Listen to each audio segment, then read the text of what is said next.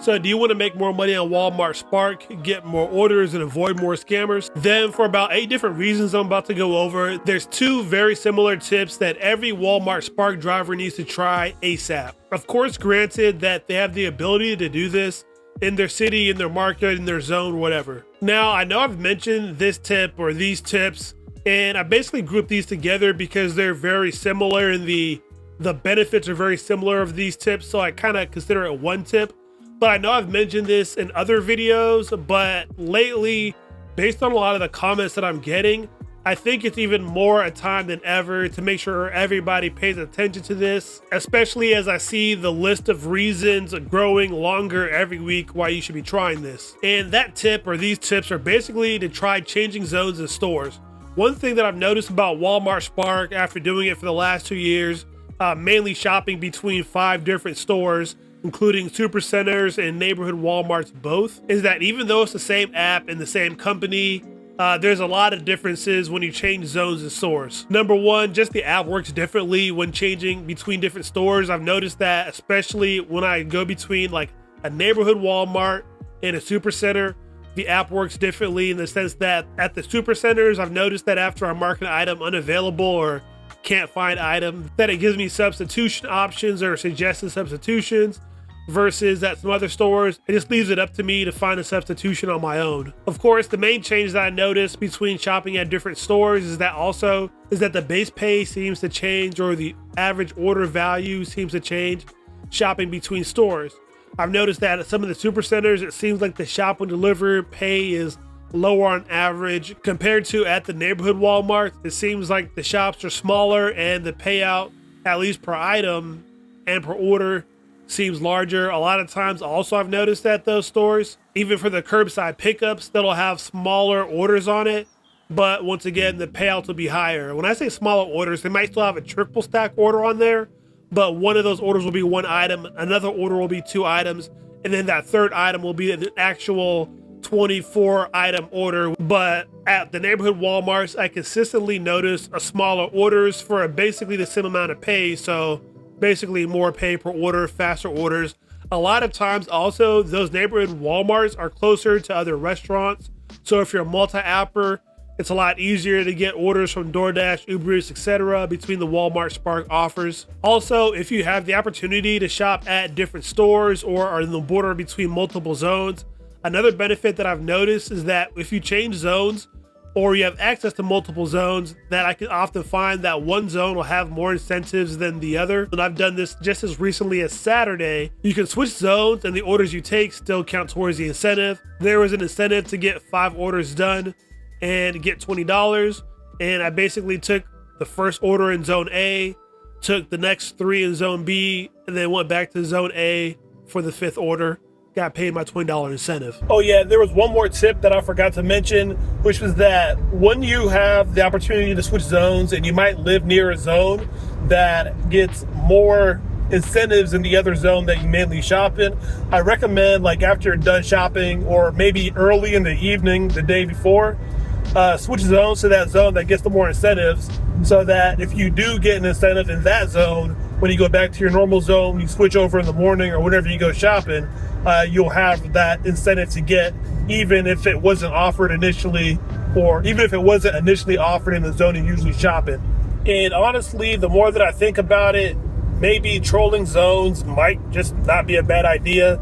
Just switching over to different zones, even if you're not going to shop in those zones, just to see if they get incentives. Back in the day, maybe because I've been doing Spark for a little while, it used to be a known fact that they used to state specifically that your incentives are only valid in the zone that you get them in. But I've noticed that they don't have that anymore at the bottom of the incentive. So FYI, the thing about incentives crossing multiple zones and being able to work them across multiple zones, I think that's just the law of the land nowadays. Another reason that I do that and switch between zones is because in zone A, it's busier in the morning and in the afternoon. And this is another reason that if you have access to multiple zones and stores, you should try switching between them, is that once again, in zone A, that store is busier in the morning.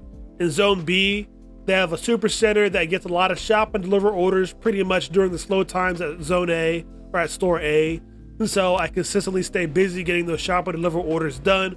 And then as the afternoon rolls out and I have that small neighborhood Walmart to go to, once again, I return back to that store again to get those orders, get those bigger orders, more of those shops, and finish out my day strong. Another thing that I've especially noticed, and this has also been mentioned in my comments recently, is that between two stores, between two zones, you can even have just the presence of how they identify fraud and how they deal with scammers is different. A lot of times the scammers and the bot people, they're gonna go to the super centers, to the super Walmarts, because those get more orders and they have more opportunities to make more money scamming at those stores, versus if they go to like a smaller store like the neighborhood Walmarts or one that's a little bit off the beaten path.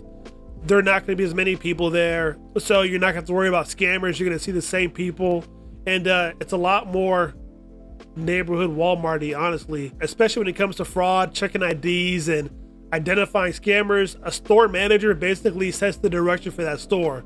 If that store says we don't care, you're probably going to see a lot more scammers at that store.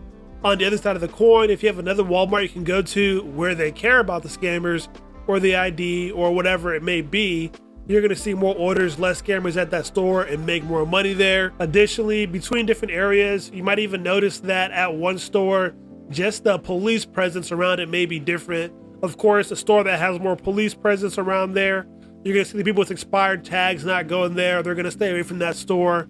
You're going to see more orders versus another store that is just encumbered with scammers, bad tags, etc. You're probably not going to get as many orders there because that store is going to be oversaturated, especially if there's a reason for them not to be at another store. They're going to just congregate at the store that allows them to be there. And before I get to my final tip, if you're getting value from this video, do me a favor and give it a like. And if you want to see more content like this, be sure to subscribe to the channel as well. And then my last tip about changing stores, or the last benefit about potentially trying different zones of stores, is the staff. Once again, there's some stores where the staff just sucks for OGP. They can't get orders out fast. So a store like that that's consistently understaffed is going to have more shop and deliver orders. More shop and deliver orders gives you the opportunity to do multiple orders per hour, more express orders, etc. And especially at a store that's very slow, that's understaffed, even some of those orders that are made in advance that you would expect to be a curbside pickup, because they don't have enough people calling out or whatever, when it gets time for that order to get shopped that next day, those become even more shop and deliver orders. That's like the store that I go to when it's slow at store A.